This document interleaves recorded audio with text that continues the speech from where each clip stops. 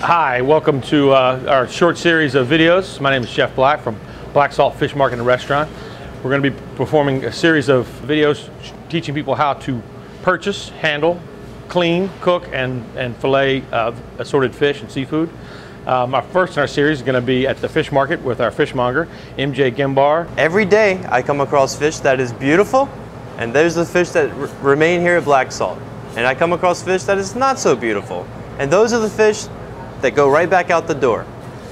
Now I'm going to tell you a few rules of thumb that you can go by so that you can be the judge of your own fish. Well, if you come here at BlackSalt, you don't have to worry about that. We do all that for you.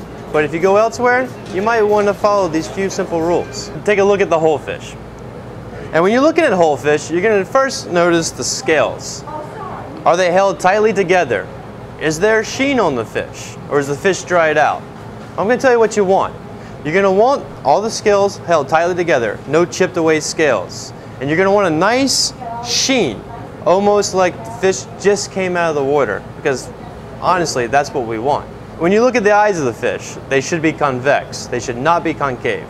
Concave eyes are a sign that the fish has been out of the water a little too long for you to take home. Next thing you should look at is the gills. The gills should not be sticky. They should not have an off odor. They should be light, feathery. They should be red, and there should be no smell to them, no sour smell at all. Next, we're going to look at fish that have already been gutted but are still whole. Inside the cavities of these fish should be fresh blood. A fish that's been out of water too long, the blood in the bellies have dried out. It's no longer going to be moist, it's no longer going to be fresh. So you're going to be looking for blood in the bellies that looks like the fish has just been caught and just been gutted. You should give the fish a smell. If there's any off odor to the bellies, you should not get this fish. It's going to be a fish that's been out of water way too long.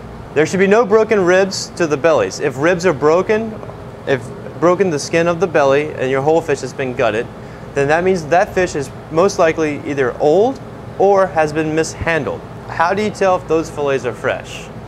When you go to look at a fillet, you want to look at the bloodline. Most fish have a bloodline that's running through the middle, and that bloodline should be red, bright red, should be gleaming.